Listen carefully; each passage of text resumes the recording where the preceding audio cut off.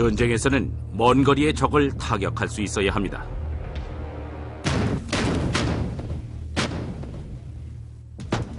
이 기본적인 필요성을 충족시키기 위해서 사령관들은 수천 년간 대포를 개발해 왔습니다.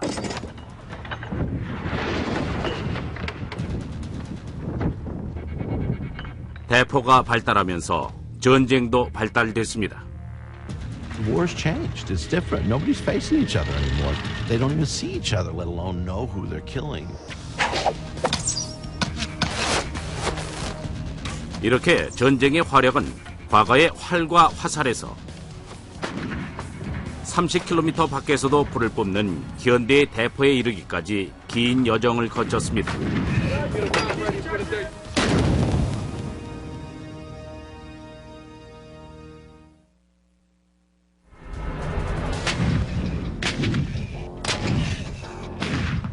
오클라호마주의 포트실에서는 미군들이 정교한 군사기술로 창조된 복잡한 장치의 사용법을 배우고 있습니다.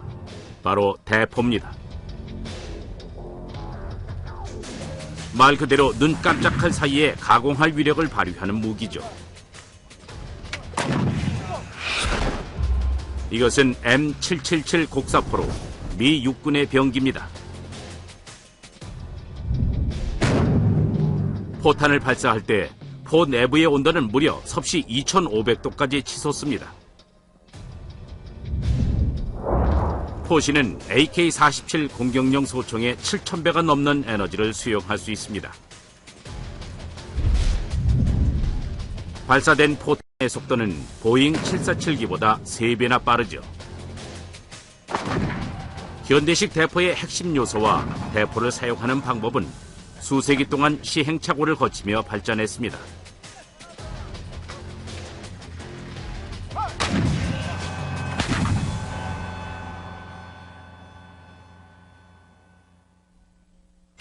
대포 이전에는 활과 화살이 있었습니다. 하지만 활의 위력은 궁수의 실력에 좌우됐죠. There's a limit to how much the human body can pull the bowstring, and also the length of the human arm makes the range and strength of discharge essentially very limited. 포는 병사의 손길이 미치지 않은 곳까지 전선을 넓혔습니다. 이런 대포의 발전은 사정거리를 늘리기 위한 끊임없는 도전의 결과였습니다. 포가 처음 탄생한 것은 서기전 421년경입니다. 이탈리아 남부에서 고대 그리스군은 이탈리아의 한 부족을 상대로 신무기를 시험했습니다. 이것이 서양 전쟁사에서 최초로 등장한 대포일 겁니다. 가스트라 페디스죠.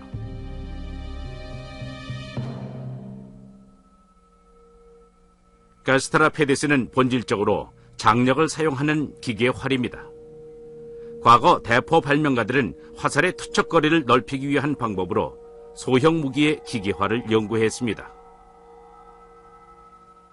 A normal bow allows you an effective range of about 150 to 200 meters, and the Gastrophetes probably increased that to about 250 meters.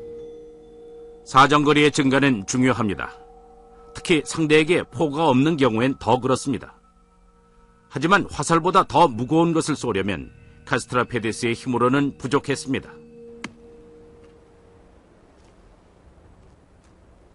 이 문제를 공학적으로 해결한 방법이 이반 윌리엄스의 흥미를 끌었죠. 그는 초기 발명가들이 자연을 관찰해 해법을 찾았다고 믿습니다. You can see it on big trees when the wind blows and they twist back again. All those fibers, as they twist together, want to come back again. So it's a big spring. You can see it, this tree here that's been split, and the fibers, as I split it, have followed it round in a curve, clockwise curve. So as I move this arm round, all the fibers in that tree, top and bottom, are twisted tight together, and that creates a lot of energy. That's quite difficult to pull round. 나무를 비틈으로써 에너지가 축적됩니다. 이 탄력 좋은 묘목은 가스트라 페디스를 대신할 무기 체계의 방향성을 제시했습니다. 비틀림 동력이 포에 혁신을 가져오게 된 겁니다.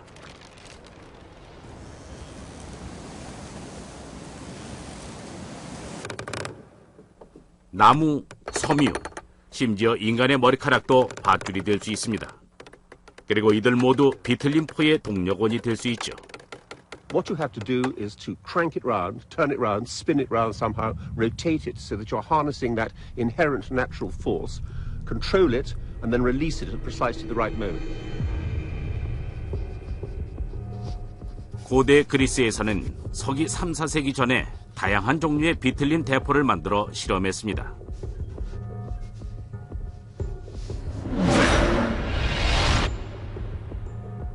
영국의 실험 고고학자들이 그 기계들 중 하나를 그대로 재현했죠.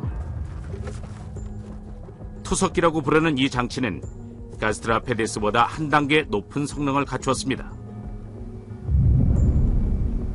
We want to throw heavy rocks, 30 pounds and more, 60 pounds. So to do that, a different power source is required. What twists it and stores the power is a steel arrangement up here with a pin that goes through the rope and then is locked into place with this pin here. 이 비틀림 동력을 사용해 처음으로 무거운 돌을 아주 먼 거리까지 쏘아보낼 수 있었습니다.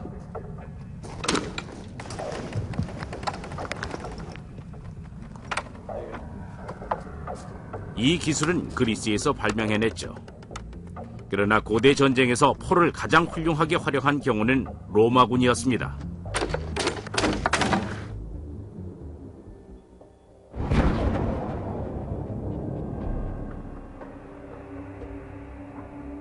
때는 서기 73년. 오늘날 이스라엘 땅에 속하는 마사다 요새입니다. 로마의 제10군단이 이 높은 요새로 도망친 유대인 반군 부대를 쫓아와 포위했습니다.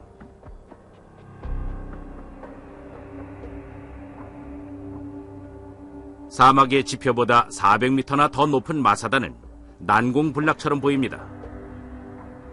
그러나 로마군은 비탈길을 만들어 성벽에 닿은 다음 포격을 퍼부었습니다. 로마군이 비틀린 포를 어떤 식으로 사용하느냐에 이 작전의 성패가 걸리게 됐습니다. This is a ballista ball that was found here during the excavations, and they were found scattered all over the area. 포격은 비탈길 꼭대기와 맞닿은 요새 장벽의 진입로에 집중돼 있었습니다. 로마군 사령관 플라비우스 실바가 특별한 포격 방식을 선택한 것 같습니다. 바로 제압 포격이죠. These weapons are not capable of battering down huge 12 or 13-foot thick walls. They are purely designed to keep people off the top of the walls so that they don't interfere with your siege preparations. Everything was directed to one thing, to bring the battering ram on top of the ramp to those 20 meters, 25 meter wide area where they wanted to breach the wall. 공성태를 장착한 거대한 공성용 이동식 탑이 천천히 자리를 잡았고 로마는 제압 포격을 가하기 시작했습니다. 투석기를 설치한 탑을 입구에 배치하고 경사로 아래쪽에서도 협공을 가했습니다.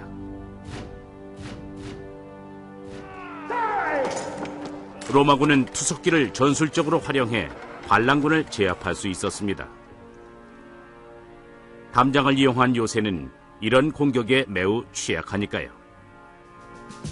투석기는 공성전에 유용했습니다.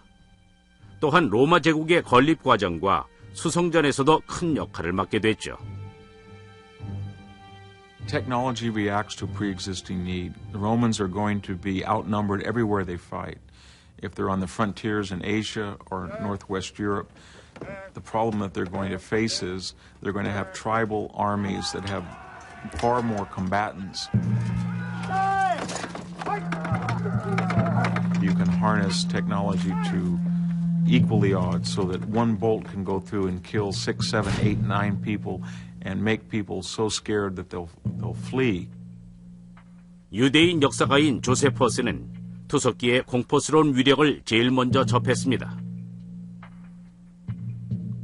집을 나서던 임산부의 배에 포탄이 가격되자 태아가 100m 밖까지 날아가 버렸다.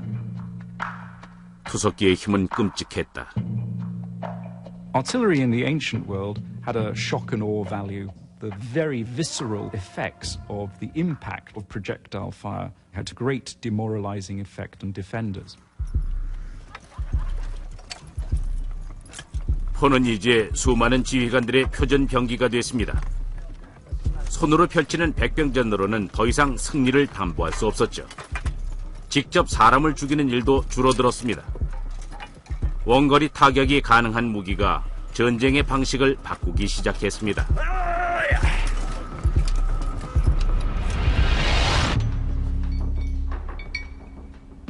이곳 미시시피주의 무기고에서 엔지니어들이 M777 곡사포를 제작 중입니다.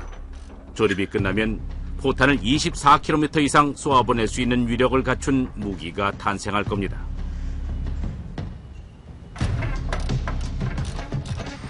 비틀림 동력 투석기보다 80배나 더 먼 거리입니다.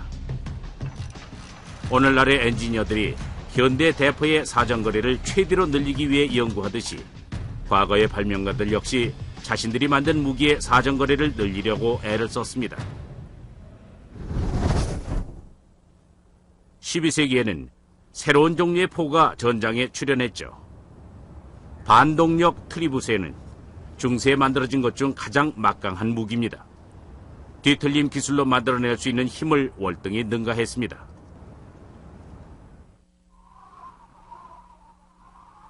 이곳은 덴마크의 팔스터 섬입니다.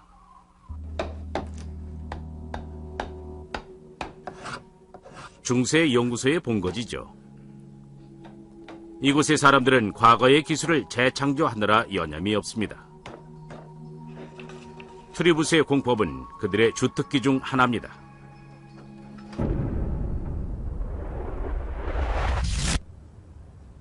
트리부스의 높이는 22m입니다.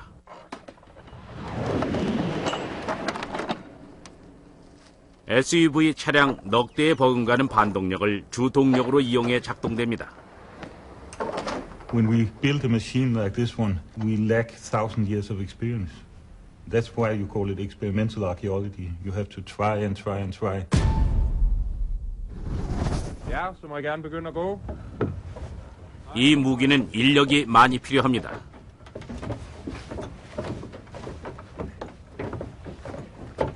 사람들이 바퀴 안에서 걸으면 밧줄이 감기고 도르래 덕분에 반동력은 서서히 상승합니다.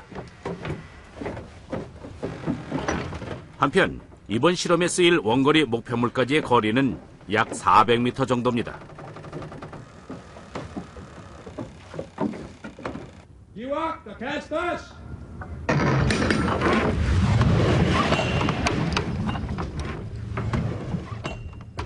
발사목 끝에 매달린 끈을 사용해 15kg이나 나가는 돌덩어리를 발사합니다. Short a few feet, about 20 feet to the right. 쏠 때마다 표적에 가까워지거나 심지어 넘어가기도 합니다. 표적에 바로 맞지 않는다고 결점이 있는 건 아닙니다. 중세 전투의 트리부스는 표적을 정확히 맞히기도 했지만 성벽을 넘기기도 했죠. 벽에 닿으면 부서질 만한 강도의 돌을 사용해 치명적인 파편으로 공격을 가하기도 했습니다.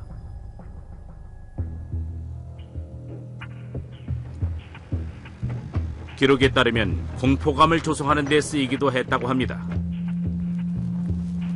We get these stories of them launching things over the walls. Barrels with oil that they could ignite. The heads of their enemies that they'd captured to scare the people inside.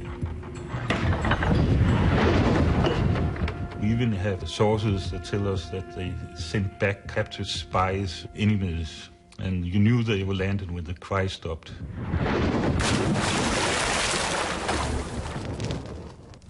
때론 트리부스의 공격 위험만으로도 전쟁의 승패가 갈렸습니다. The best siege is the one that's not fought. If you have a device that launches things over the walls and into the walls, and the sound is incredible, and fires start, and people are going to say, we've had it. We're surrendering now. It's done.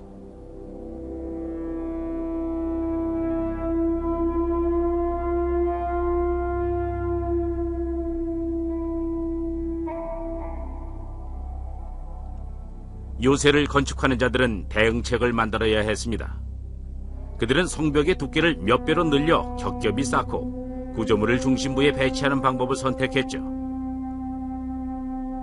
13세기에 지속된 혹독한 십자군 전쟁에서 이 성들은 트리브스의 공격을 버텨냈습니다. 공격과 반격의 전투 속에서 새 무기의 필요성도 커졌습니다.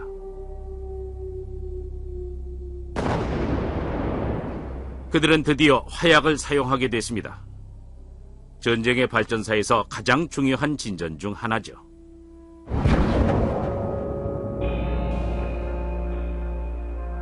(1324년의) 프랑스, 메치시는 과거와는 전혀 다른 신무기로 무장한 영주의 공격을 받았습니다. 작은 전투였지만 역사상 가장 최초로 화약 무기가 사용된 전투였습니다. From then on, we realized that nothing's going to be the same. Gunpowder weapons of large caliber, of small caliber, big, huge guns, smaller guns will all have a great impact. And it's not long before trebuchets are gone. It's not long before archery's gone, crossbows, everything will change.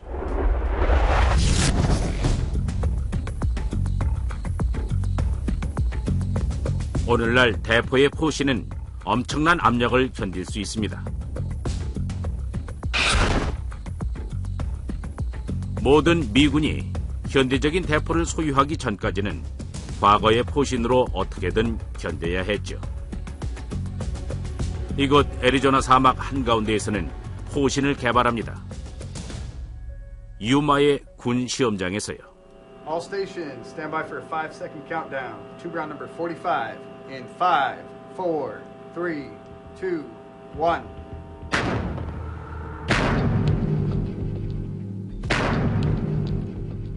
M777포의 포신은 발사 시 최대의 압력을 견딜 수 있게 디자인되었습니다.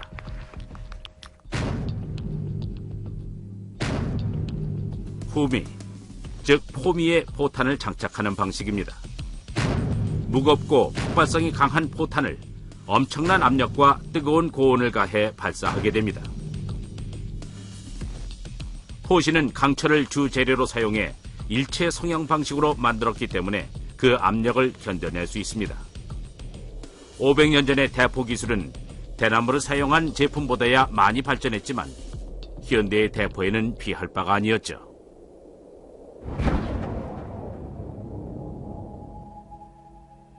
(1545년 7월) 헨리 8세의 기함인 메리 로즈호가 잉글랜드 해안에서 격침됐습니다. 그 배에 대포가 발굴됐죠. What's really wonderful about this piece is because it's sat on the seabed for so long, what's happened is parts of the surface are completely corroding away, revealing the structure inside.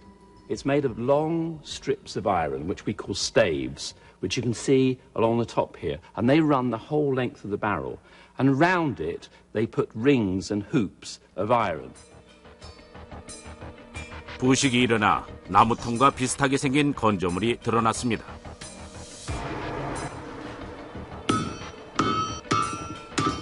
음식이나 맥주를 담는 통처럼 생겼군요. 포신이든 술통이든 통로를 고정시키려면 테를 감아야 합니다.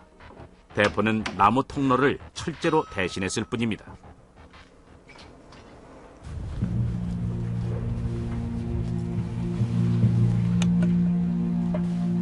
그러나 이 방식에는 약점이 잠재되어 있습니다. 이 실험 발사 장면을 보면 목재 통로 사이로 폭발가스가 새어나옵니다. 이런 결함은 테를 두른 통롤 대포에서는 흔한 일이지만 재앙이 될 수도 있죠. Every shot had the potential to explode the barrel and kill all of those standing around the weapon. What you're really looking for is a material, a piece of artillery which is a very good, solid, continuous piece of metal. 이런 금속을 만들어낼 기술은 전통적인 가내수공업 분야에서 발견할 수 있었습니다. 종 만드는 기술이죠. 런던 러프버러의 이 주물 공장에서는 용해된 청동을 거푸집에 붓는 중세 방식으로 종을 주조합니다. 14세기 유럽에서는 이 기술이 주물 포신을 만드는 데 활용됐습니다. All you've really got to do is make a different form of mold. You already have the furnace, the technology and the knowledge of bronze to do it. 15세기 중반이 되면 일체 성형 방식의 청동 대포가 만들어지게 됩니다. Gunpowder artillery has diversified, both in size and power, in purpose, in metallurgy. People are starting to understand, generals and leaders are starting to understand how valuable guns are. 1453년 콘스탄티노플, 오늘날 터키의 수도인 이스탄불입니다. 확장일로에 있던 오스크만 투르크 제국에 의해 도시가 포위되었습니다. By the beginning of the 15th century, the Ottoman Turks were actually behind in gunpowder weaponry. But by the middle of the 15th century, they're above everybody. It's as if they got this incentive to build guns and build them of enormous size. 오스만의 술탄 메흐멧 2세의 대포들이 세상에서 가장 위대한 도시의 성벽을 두들겼습니다. 이렇게 생긴 대포를 사용해서요. This great Turkish bombard was cast in 1464 for Mehmet II, the conqueror of Constantinople. This is the breech chamber which contained the gunpowder, loaded in here and held securely by a wooden plug that would be hammered in, would help to build up the pressure. Then the two halves are brought together, and with huge effort, using wooden spikes in these recesses, the barrel is screwed onto the breech. 이 사석포는 한쪽 포신의 무게만 8톤에 달합니다.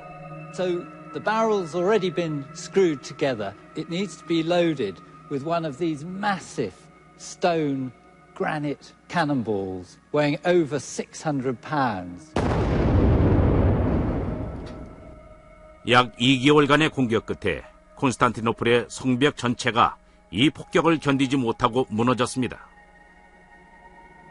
도시가 붕괴되자 전 세계의 군 지휘관들이 이곳을 주목했습니다. The fall of Constantinople was a major watershed, not only in political and economic history, but in the history of military technology, in that it showed that even the most powerful, thickest walls could be brought low by gunpowder technology. 포가 다시 한번 요새보다 우위를 점했습니다. 그러나 대포의 포신 기술은 주조 과정에서의 결점을 해소하지 못했습니다. 종처럼 주조된 포신은 태와 턱롤로 가스를 막는 기존의 포신보다는 튼튼하다는 게 입증됐지만 여전히 폭발할 때가 있었습니다. Before around 1470, cannons cast in bronze were cast with the breech of the gun, the back of the gun. They were cast vertically, and the breech was at the top, and the muzzle was at the bottom. The problem was, when you poured it with the breech up, the impurities tended to gather at the top. So, of course, the impurities, the gaps, were in that part of the gun where the explosion happened. So you always had inherently weak guns. What someone realized you could do is you could turn your cannon over, and you now cast it with the muzzle up and the breech at the bottom. So the best metal, the best casting now, is at the bottom, at the back of the cannon where the gunpowder was. 대포의 안전성이 보완됐습니다. 그 사이 청동 포신 기술은 크게 비약했고 화약도 마찬가지였죠. 이것은 알갱이 화약 혹은 나달 화약입니다. 화약을 정제해 이런 알갱이를 만드는 기술은 15세기 프랑스에서 시작됐습니다. When you have grained powder like this, the first grain to ignite generates a flame which shoots between the adjacent grains. What this means is you can get powder that burns seriously fast. 오른쪽에는 1300년대 초반에 사용되던 화약을 뿌리겠습니다. 왼쪽의 것에는 나달 화약을 넣어둡니다. 이제 두 화약에 불을 동시에 붙이고 관찰해보죠. Firing! 4, 3, 2, 1. 나달 화약을 채운 통은 단 3초 만에 전소됐습니다. 하지만 원시 화약이 처음부터 끝까지 전소하는 데는 38초나 걸렸습니다. When you got to corn powder, you had really good high explosive, which you could then develop a better cannon for and get longer ranges and better smashing power. 단순히 화약만 개선된 게 아닙니다. 대포에 들어갈 포탄도 점차 발달하게 됐죠. 포탄은 돌에서 주철로 대체됐습니다. When they did develop the idea of cast iron, it obviously was the ammunition to use, because size for size, cast iron is 3 times heavier than stone. It's not going to shatter when it hits a hard fortification, and it travels through the air more efficiently. 중금속은 순식간에 포탄의 표준이 되었습니다.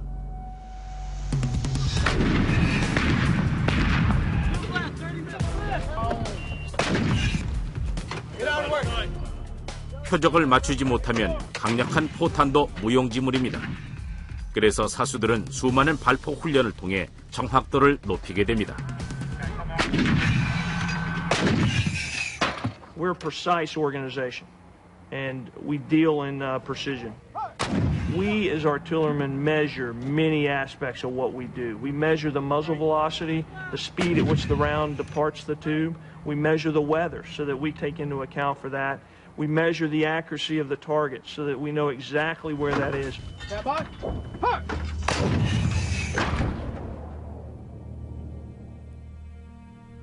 정밀함과 정확성을 추구하기 시작한 것은 16세기 무렵 로마의 이탈리아 베로나 지방이 시초입니다. 대포의 포구에 꽂혀 있는 것은 포병 4분위로 르네상스 과학의 산물입니다. 이 발명품은 수학 교수인 니콜라 타르타글리아의 도움으로 탄생했습니다. What Tartaglia did was he took the subject of gunnery from being a bit of a black art. He brought it into the light of Renaissance science, and he tried to see why the cannonball flew the way it did. 그는 평사탄도에서 발사한 대포를 관찰해 이론을 정립했습니다. 고각이 0도일 때죠. 이후 아이작 뉴턴의 만유인력 이론의 등장까지 120년도 더 넘는 시간이 걸렸습니다. There was no developed theory of gravity in Tartaglia's time, but what he realized was that the cannonball would start to fall from the muzzle of the gun as soon as it was fired. 또한 그는 최대 사정거리를 달성하는 데 필요한 고도의 각도를 수학적으로 풀어냈습니다. 고각이 0도일 때는 포신에서 발사된 탄이 빠르게 바닥으로 떨어집니다. 그러나 포신을 22.5도로 올리면 포탄은 원호를 그리며 날아가면서 사정거리가 훨씬 늘어납니다. 그 2배인 45도로 올리면 포탄을 최대 거리로 날릴 수 있습니다.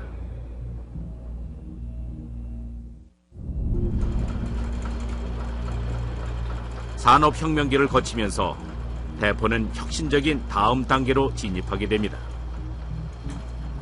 19세기가 되면 산업기계들의 발전이 이어지죠. 이제 활강소총과 대포의 구성 부품들을 정확하게 만들 수 있습니다. 그 결과 전장에서의 정확도가 높아졌습니다. 대포의 위협적인 성능을 처음으로 보여준 전쟁 중 하나가 바로 미국의 남북전쟁입니다.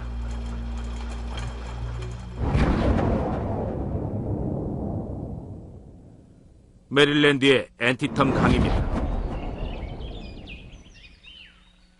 1862년 9월 이곳에서는 미군 역사상 가장 피비린내 나는 유혈 사태가 벌어졌습니다.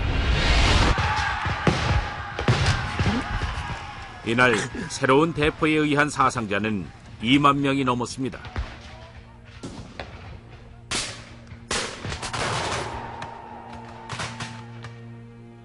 앤티텀에서 싸운 어느 병사는 그날 사용된 대포의 파괴력을 이렇게 기록했죠. 강철 폭풍이 전방과 측면을 두드렸다. 바퀴가 박살나고 사람들이 쓰러지고 말은 비명을 질렀다. By the middle of the Civil War, we're seeing many rifled guns come into place. Now, what does rifling mean? It's a series of grooves that are cut into the barrel. And those grooves, if you were to look down the barrel, actually turn. Why? We have a new type of projectile.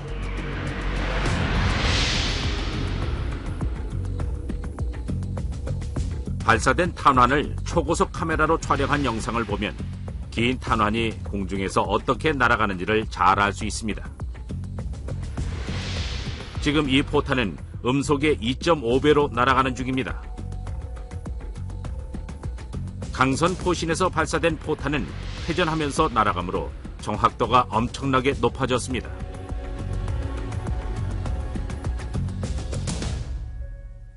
Your projectile is going to come out of this barrel, properly fitted, and it is going to continue in a perfectly straight line to its target as it spins, holding its stability the whole way.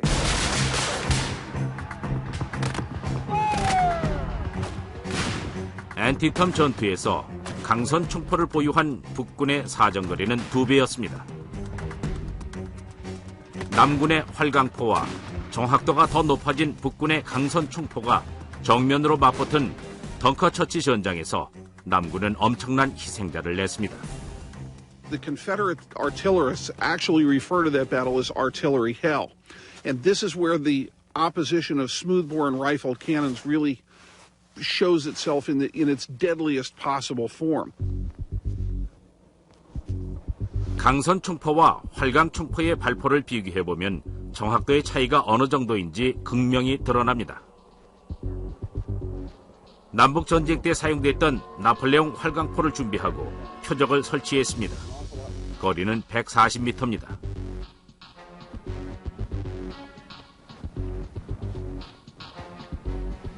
이제 이 대포의 성능을 알아보죠. Fire!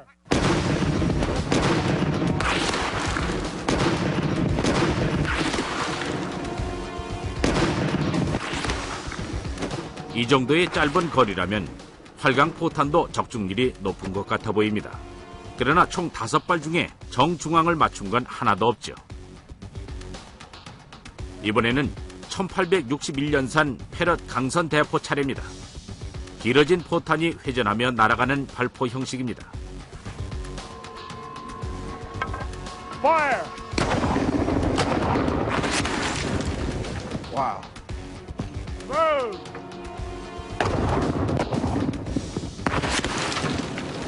두 발밖에 쏘지 않았지만 강선포가 얼마나 우월한지 금세 알 수 있습니다. Fire!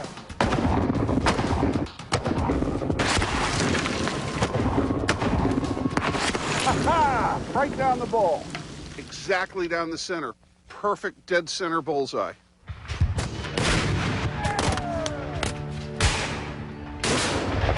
앤티텀 전투에서 강선 총포는 활강 총포보다 사정거리도 더 길고 훨씬 높은 적중률을 보였습니다.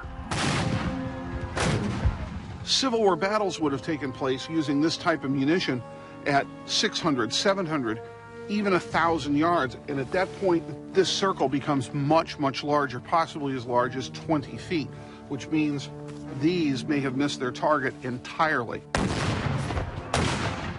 Think of it this way. You have two cannons opposing one another. One is a smoothbore, one is a rifle. They're trying to knock each other's guns off their carriages and silence that artillery piece. This gun could put that gun out of commission, and they could not return fire accurately enough to stop them. 기술의 발전으로 느리기는 하지만 확실하게 병사들의 직접 살상이 줄어들었습니다.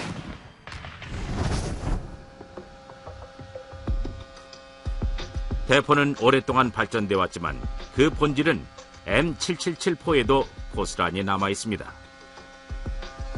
그러나 아직 극복해야 될 장애물이 있습니다. 발사율을 높이는 방법입니다.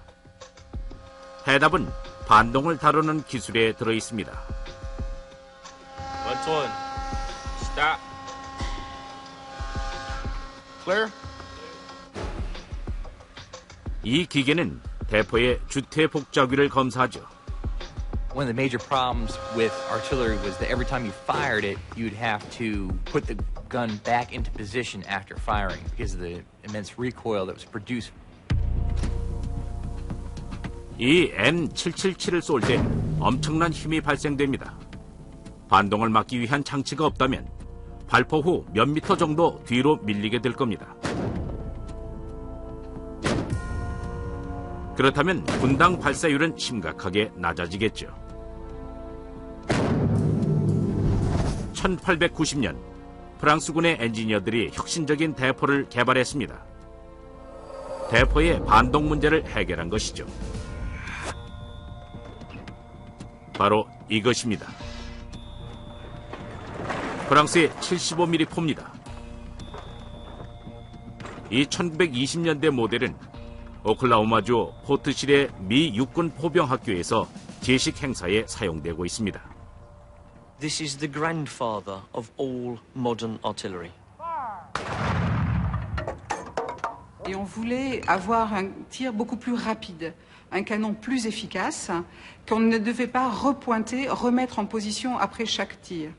Donc c'est dans cet esprit-là que les artilleurs français ont développé un nouveau canon qui allait être le canon de 75.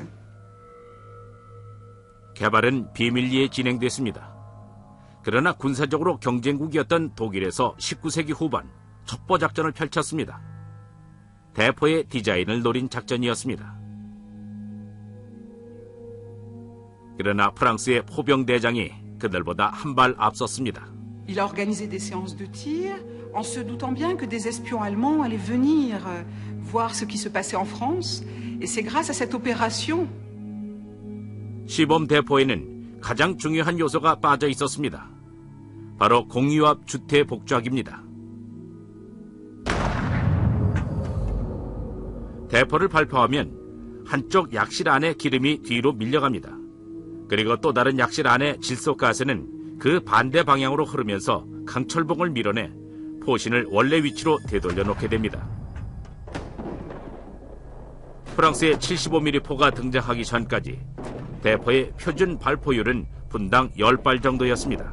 A gun team with the French 75 upped that rate of fire from 10 to 20 rounds a minute. It is a phenomenal gun. 당연히 75mm 포에는 강선 총포가 있습니다. 가볍고 이동이 쉬우면서도 튼튼한 이 대포는 강철 차폐물로 사수들을 보호합니다. When we look at this gun and we consider it against the problems that have faced people over the years of making gunnery, everything is solved in this gun. 1차 대전이 발발하자 프랑스군과 미군 모두 75mm 포를 주요 야전포로 사용했습니다.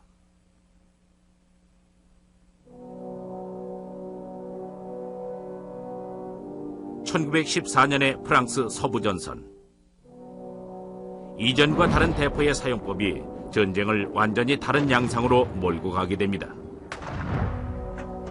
Artillery comes into its own in World War I because the pieces are finally big enough to have a real dramatic impact on the battlefield. 양측에서 참호전의 교착 상태를 해소할 수단으로 대포의 탄막을 시도했습니다.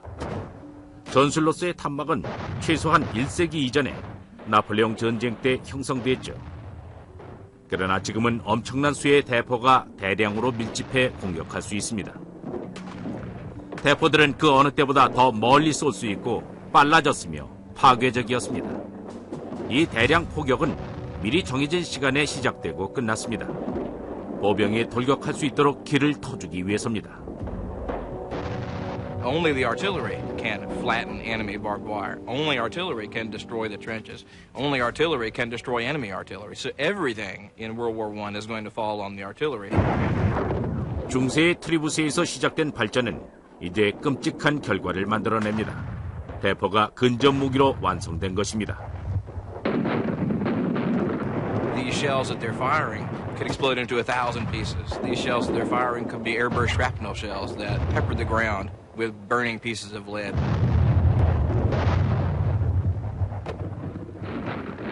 Much of the killing that's done in World War I, the people doing the killing don't know who they're killing or even if they've hit anything at all, because the killing is being done from such a distance.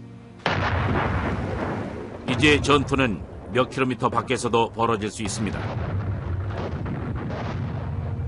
역사상 처음으로 대포가 전쟁에서 가장 위력적인 살상 무기가 됐습니다. 중세의 전쟁과 마찬가지로 1차 대전의 장군들 역시 상대방에게 공포를 각인시키기 위해 대포를 사용했습니다.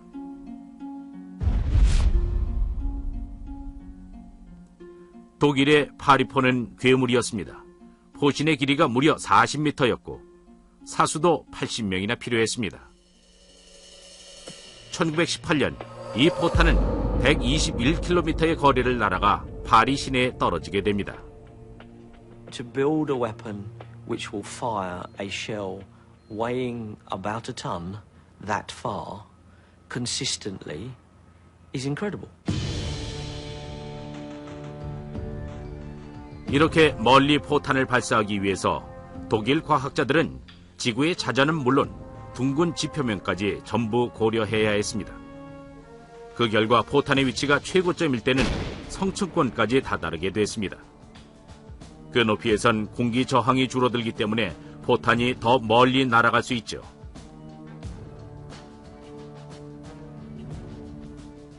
파리포의 크기는 2차 대전 때 사용된 독일군의 전자포보다 거의 2배나 컸습니다. 공포감을 조성하려는 1차 목적은 달성했지만 실제 사상자는 900명도 되지 않았습니다. In strategic terms, the Paris gun was a flop. In technical terms, it was a brilliant success. 그러나 파리포의 성능을 통해 얻은 지식은 아주 귀중했습니다. 이 지식은 1930년대 독일의 V2 로켓 프로그램에 활용됐죠. 대포의 핵심은 이제 사정거리를 최대한 늘리는 것에서 자로 잰 듯한 명중률로 옮겨갑니다. 2차 대전 중이었던 1944년 10월 필리핀의 레이테만입니다. 일본의 카미카제 특공대가 미 해군을 기습했습니다. 미국의 과학자들은 이 새로운 위협에 대응하기 위해 영리한 대포를 발명합니다. 전파 근접 신관이죠. 세계 최초의 스마트 무기입니다. Now the way this thing works is it has a small radio transmitter and receiver built into it on one unit. And it sends out a signal, and when that signal is bounced off a solid object, a receiver will pick that up. 표적에 가까워지면 신관이 포탄의 폭발을 일으킵니다. 이 무기는 태평양 전선에 미 해군 부대의 큰 반향을 불러와 해군 함포가 수많은 적기를 격추시키는 데 일조했습니다. 전파 근접 신관은 2차 대전 이후의 무기 개발의 대변혁을 예고했습니다.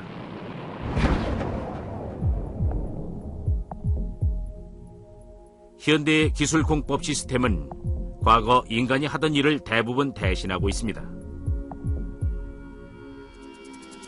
M777만 하더라도 컴퓨터 통제 발사 장치를 가지고 있죠. 덕분에 사수들은 표적을 맞추는 데 필요한 모든 기준을 컴퓨터로 계산할 수 있게 됐습니다.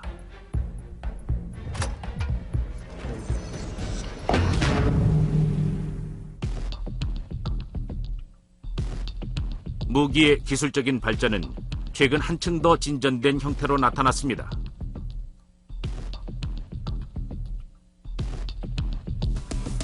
이것은 N-로스포입니다. 수세기 동안 인간이 추구했던 극한의 사정거리와 최고의 정확도를 갖춘 무기입니다. 현대전의 특성에 맞춰 인간이 실수할 가능성을 크게 낮췄습니다. 장착된 155mm 자주포는 아직 시제품이지만 곧 미 육군에 실전 배치될 것입니다. N-로스는 현재 유마 시험장에서 발사 실험을 준비 중입니다. Traditional gun systems had men in the back that had to lift 100-pound projectiles, lift 20 and 30 pounds worth of propellant, had to do it under very arduous conditions, hot, cold, raining, snow, etc. We've now taken those manual tasks and put them into the hands of machinery, which does it repetitively, always doing it right, never having a failure.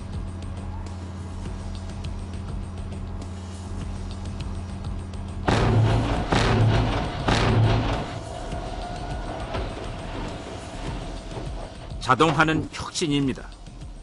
탄약 탑재, 장전, 발포까지 이제는 모두 기계에 의해 시행됩니다. 파리포는 사수가 80명이나 됐지만 엔로스에는 2명뿐입니다. These soldiers now have the ability to fight the battle and not be fighting a machine.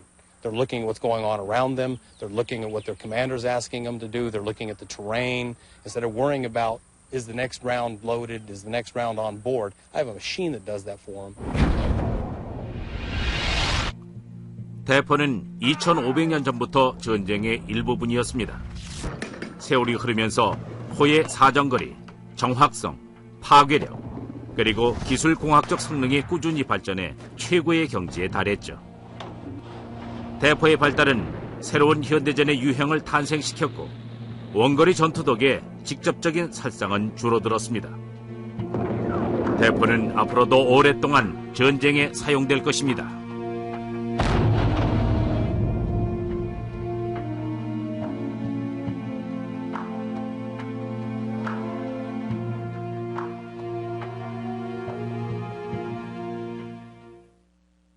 초기 발명가들이 자연을 관찰해 해법을 찾았다고 믿습니다. You can see it on big trees when the wind blows and they twist back again. All those fibers, as they twist together, want to come back again. So it's a big spring. You can see it, this tree here, it's been split, and the fibers, as I split it, have followed it round in a curve, a clockwise curve. So as I move this arm round, all the fibers in that tree, top and bottom, are twisted tight together. And that creates a lot of energy. That's quite difficult to pull round. 나무를 비틈으로써 에너지가 축적됩니다. 이 탄력 좋은 묘목은 가스트라페데스를 대신할 무기 체계의 방향성을 제시했습니다. 비틀림 동력이 포에 혁신을 가져오게 된 겁니다.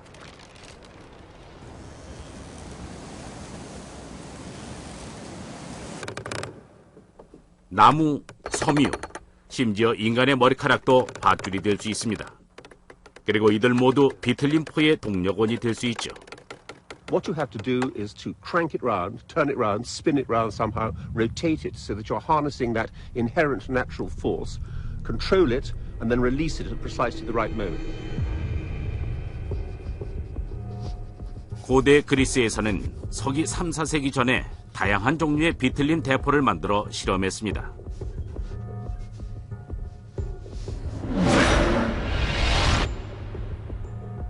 영국의 실험 고고학자들이 그 기계들 중 하나를 그대로 재현했죠. 투석기라고 부르는 이 장치는 가스트라페데스보다 한 단계 높은 성능을 갖추었습니다. We want to throw heavy rocks, 30 pounds and more, 60 pounds. So to do that, a different power source is required. What twists it and stores the power is a steel arrangement up here with a pin that goes through the rope and then is locked into place with this pin here. 이 비틀림 동력을 사용해 처음으로 무거운 돌을 아주 먼 거리까지 쏘아보낼 수 있었습니다.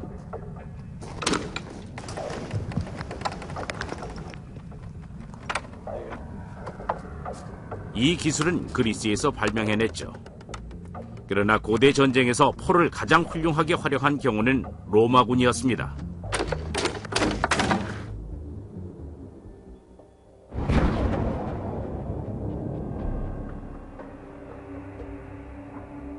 때는 서기 73년. 오늘날 이스라엘 땅에 속하는 마사다 요새입니다. 로마의 제10군단이 이 높은 요새로 도망친 유대인 반군 부대를 쫓아와 포위했습니다.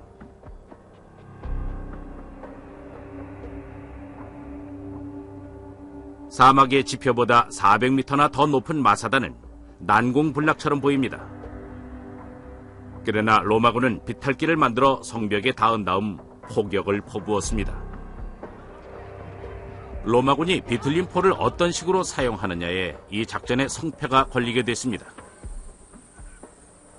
This is a ballista ball that was found here during the excavations, and they were found scattered all over the area. 포격은 비탈길 꼭대기와 맞닿은 요새 장벽의 진입로에 집중돼 있었습니다. 로마군 사령관 플라비우스 실바가 특별한 포격 방식을 선택한 것 같습니다. 바로 제압 포격이죠. These weapons are not capable of battering down huge 12 or 13-foot thick walls. They are purely designed to keep people off the top of the walls so that they don't interfere with your siege preparations. Everything was directed to one thing, to bring the battering ram on top of the ramp to those 20 meters, 25 meter wide area where they wanted to breach the wall. 공성태를 장착한 거대한 공성용 이동식 탑이 천천히 자리를 잡았고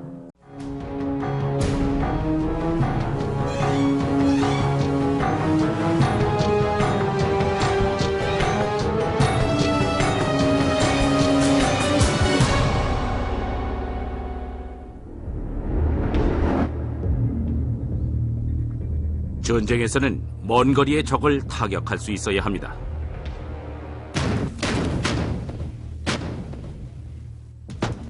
이 기본적인 필요성을 충족시키기 위해서 사령관들은 수천 년간 대포를 개발해 왔습니다.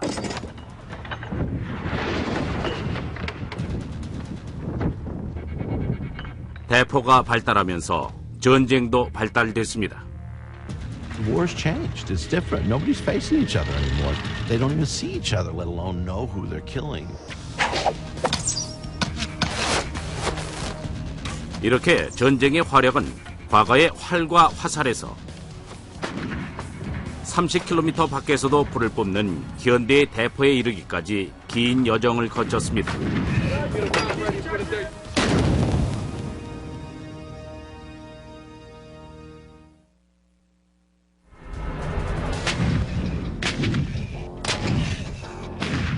오클라호마주의 포트실에서는 미군들이 정교한 군사기술로 창조된 복잡한 장치의 사용법을 배우고 있습니다.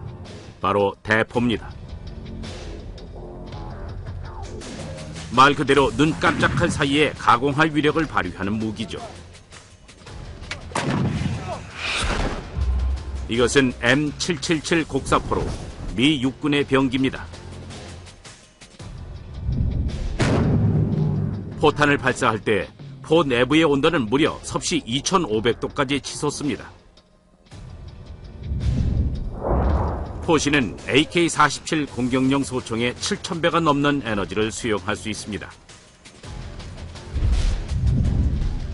발사된 포탄의 속도는 보잉 747기보다 3배나 빠르죠. 현대식 대포의 핵심 요소와 대포를 사용하는 방법은 수세기 동안 시행착오를 거치며 발전했습니다.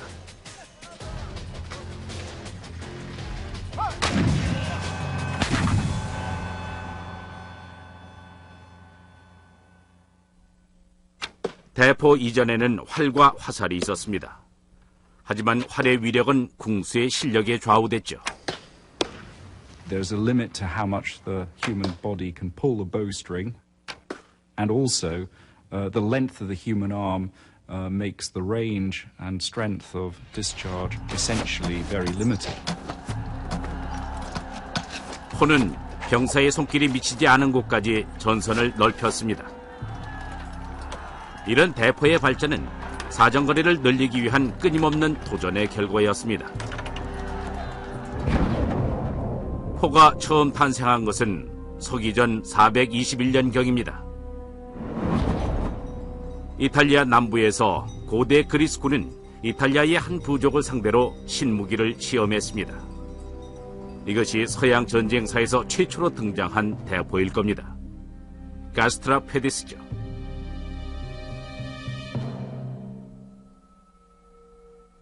가스트라 페디스는 본질적으로 장력을 사용하는 기계 활입니다. 과거 대포 발명가들은 화살의 투척거리를 넓히기 위한 방법으로 소형 무기의 기계화를 연구했습니다.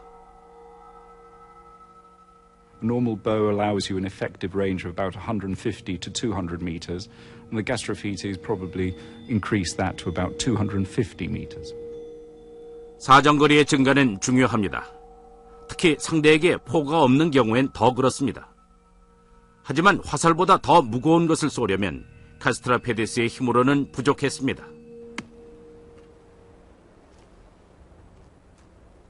이 문제를 공학적으로 해결한 방법이 이반 윌리엄스의 흥미를 끌었죠. 그는 정도입니다.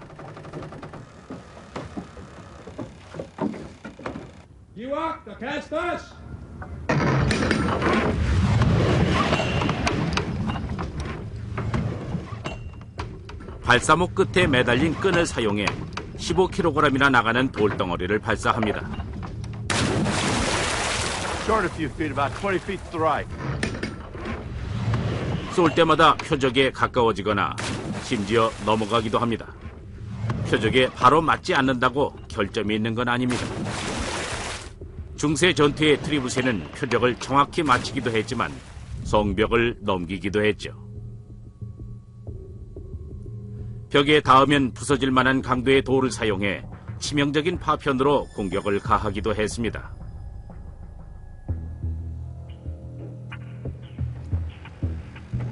기록에 따르면 공포감을 조성하는 데 쓰이기도 했다고 합니다.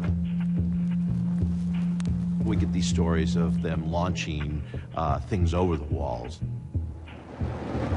Barrels with oil that they could ignite. The heads of their enemies that they'd captured to scare the people inside. We even have sources that tell us that they sent back captured spies, enemies, and you knew they were landed when the cry stopped.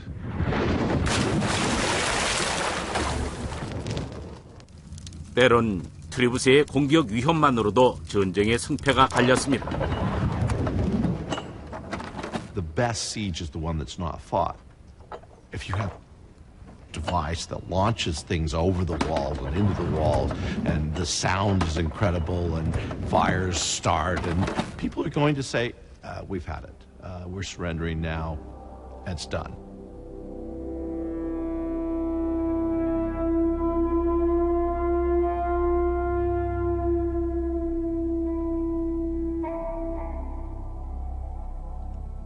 요새를 건축하는 자들은 대응책을 만들어야 했습니다. 그들은 성벽의 두께를 몇 배로 늘려 겹겹이 쌓고 구조물을 중심부에 배치하는 방법을 선택했죠. 13세기에 지속된 혹독한 십자군 전쟁에서 이 성들은 트리부세의 공격을 버텨냈습니다. 공격과 반격의 전투 속에서 새 무기의 필요성도 커졌습니다.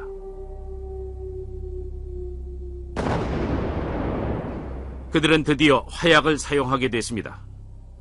전쟁의 발전사에서 가장 중요한 진전 중 하나죠.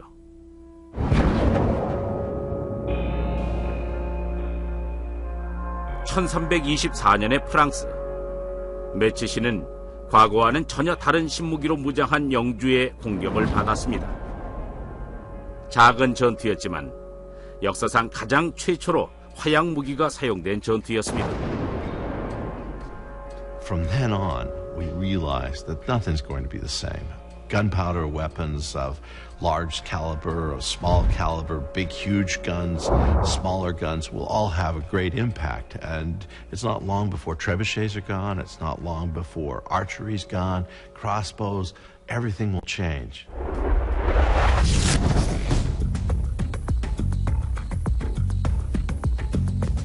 오늘날 대포의 포신은 엄청난 압력을 견딜 수 있습니다. 모든 미군이 현대적인 대포를 소유하기 전까지는 과거의 포신으로 어떻게든 견뎌야 했죠.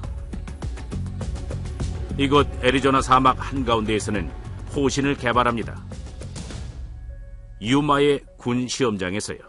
All stations, stand by for a 5-second countdown. To ground number 45 in 5, 4, 3, 2, 1.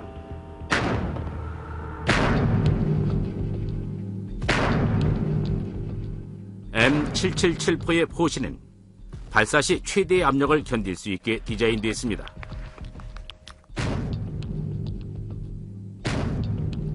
후미, 즉 포미에 포탄을 장착하는 방식입니다. 무겁고 폭발성이 강한 포탄을 엄청난 압력과 뜨거운 고온을 가해 발사하게 됩니다. 포시는 강철을 주 재료로 사용해 일체 성형 방식으로 만들었기 때문에 그 압력을 견뎌낼 수 있습니다. 500년 전의 대포 기술은 대나무를 사용한 제품보다야 많이 발전했지만 현대의 대포에는 비할 바가 아니었죠.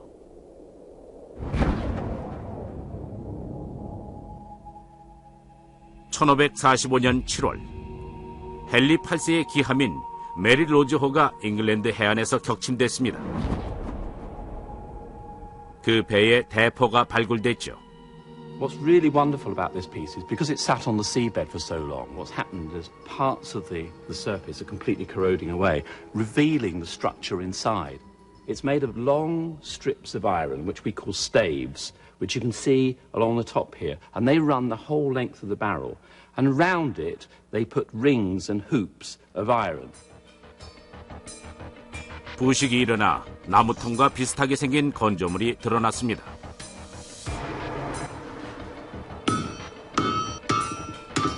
음식이나 맥주를 담는 통처럼 생겼군요.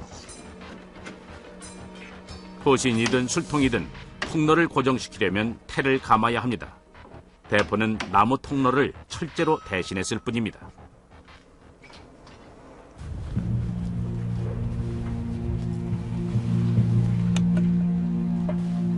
그러나 이 방식에는 약점이 잠재되어 있습니다. 이 실험 발사 장면을 보면 목재 통로 사이로 폭발가스가 새어나옵니다. 이런 결함은 태를 두른 통로 대포에서는 흔한 일이지만 재앙이 될 수도 있죠. Every shot had the potential to explode the barrel and kill all of those standing around the weapon. What you're really looking for is a material, a piece of artillery which is a very good, solid, continuous piece of metal.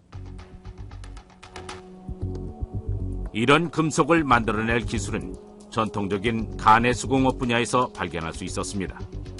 종 만드는 기술이죠.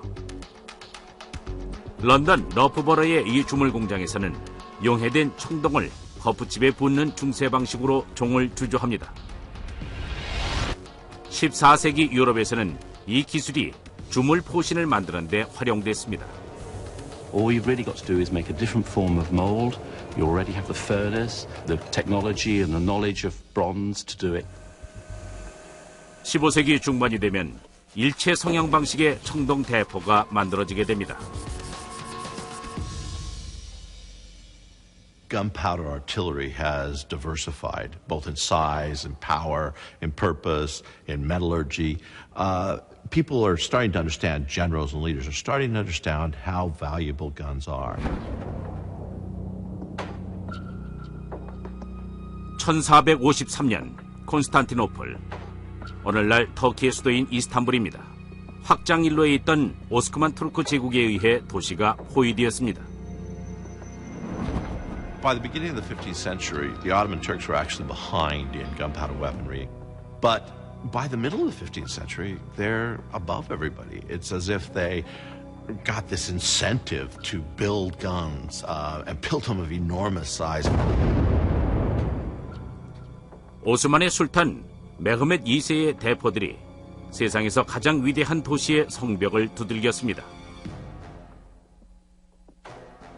이렇게 생긴 대포를 사용해서요. This great Turkish bombard was cast in 1464 for Mehmet II, the conqueror of Constantinople.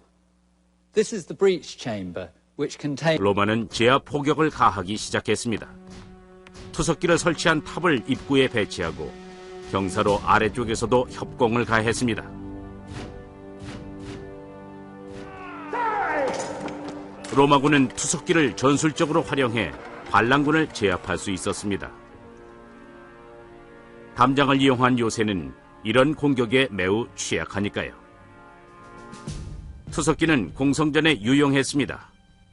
또한 로마 제국의 건립 과정과 수성전에서도 큰 역할을 맡게 됐죠. Technology reacts to pre-existing need. The Romans are going to be outnumbered everywhere they fight. If they're on the frontiers in Asia or Northwest Europe, the problem that they're going to face is they're going to have tribal armies that have far more combatants. harness technology to equal the odds so that one bolt can go through and kill 6, 7, 8, 9 people and make people so scared that they'll flee. 유대인 역사가인 조세퍼스는 투석기의 공포스러운 위력을 제일 먼저 접했습니다. 집을 나서던 임산부의 배에 포탄이 가격되자 태아가 100m 밖까지 날아가 버렸다. 투석기의 힘은 끔찍했다. Artillery in the ancient world had a shock and awe value. The very visceral effects of the impact of projectile fire had a great demoralizing effect on defenders. 포는 이제 수많은 지휘관들의 표전 병기가 됐습니다. 손으로 펼치는 백병전으로는 더 이상 승리를 담보할 수 없었죠. 직접 사람을 죽이는 일도 줄어들었습니다. 원거리 타격이 가능한 무기가 전쟁의 방식을 바꾸기 시작했습니다.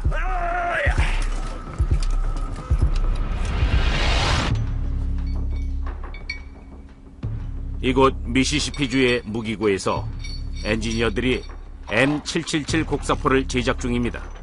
조립이 끝나면 포탄을 24km 이상 쏘아보낼 수 있는 위력을 갖춘 무기가 탄생할 겁니다.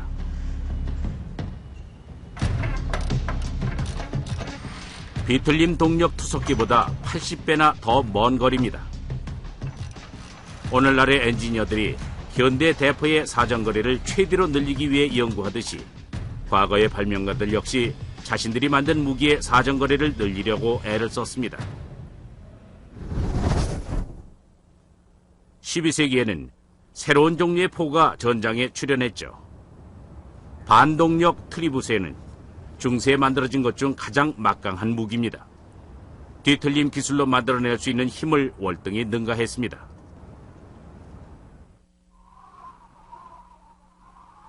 이곳은 덴마크의 팔스터 섬입니다.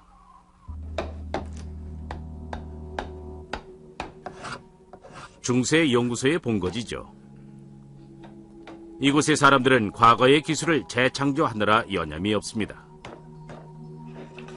트리부스의 공법은 그들의 주특기 중 하나입니다.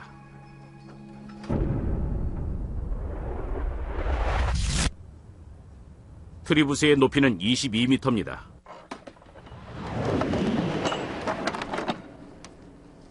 SUV 차량 넉 대에 버금가는 반동력을 주동력으로 이용해 작동됩니다. When we build a machine like this one, we lack 1,000 years of experience. That's why you call it experimental archaeology. You have to try and try and try. Ja, så må jeg gerne begynde at gå. 이 무기는 인력이 많이 필요합니다.